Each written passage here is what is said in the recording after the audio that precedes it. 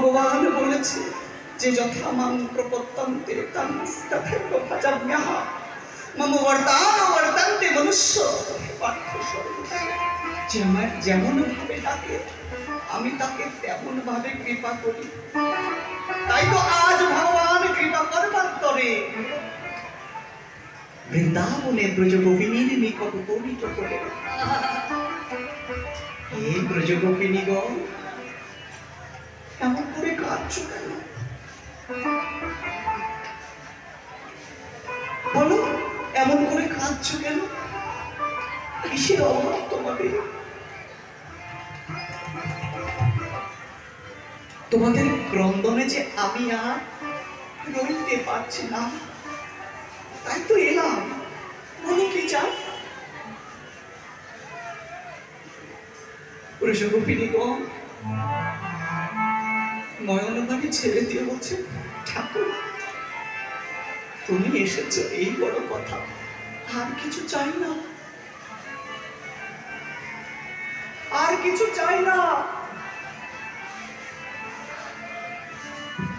গোবিন্দ আমার বলছে, যদি কিছু চাওয়ার না থাকে কেউ তো কোনোদিন কাঁদে না।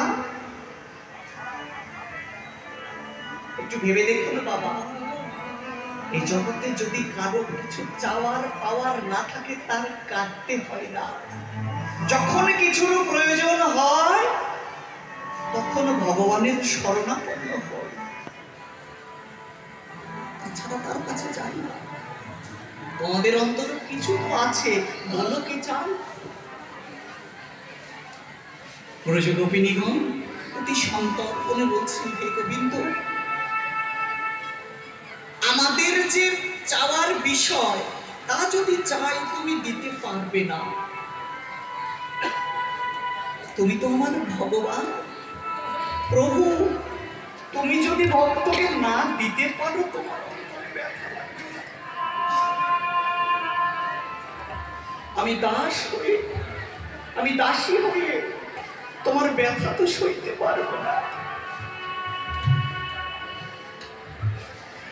তাই কিছু চাইবো না। গোবিন্দ বলছে, কি বলছো? আমি বিশ্ব চরাচরের অধীশ্বর, আমার ইশারা বিনে কাছের একটি পত্র নড়ে না, আমি দিতে পারবো না। কি এমন চাই, কি এমন চাই বলো? ব্রজগোপিনীগণ আবার বলছে, না ঠাকুর তুমি দিতে পারবে না, একটিবার চেয়ে দেখো না। বেশ তো, যদি দিতে পারো তাহলে দাও। এই আঁচল খালি পেতে তোমার দ্বারে দ্বারস্থ, দাও।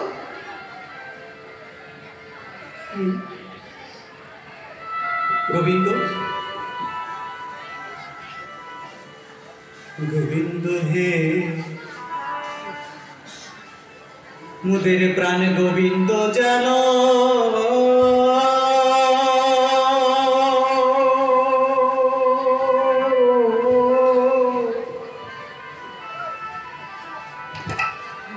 গোবিন্দ যেন সুখে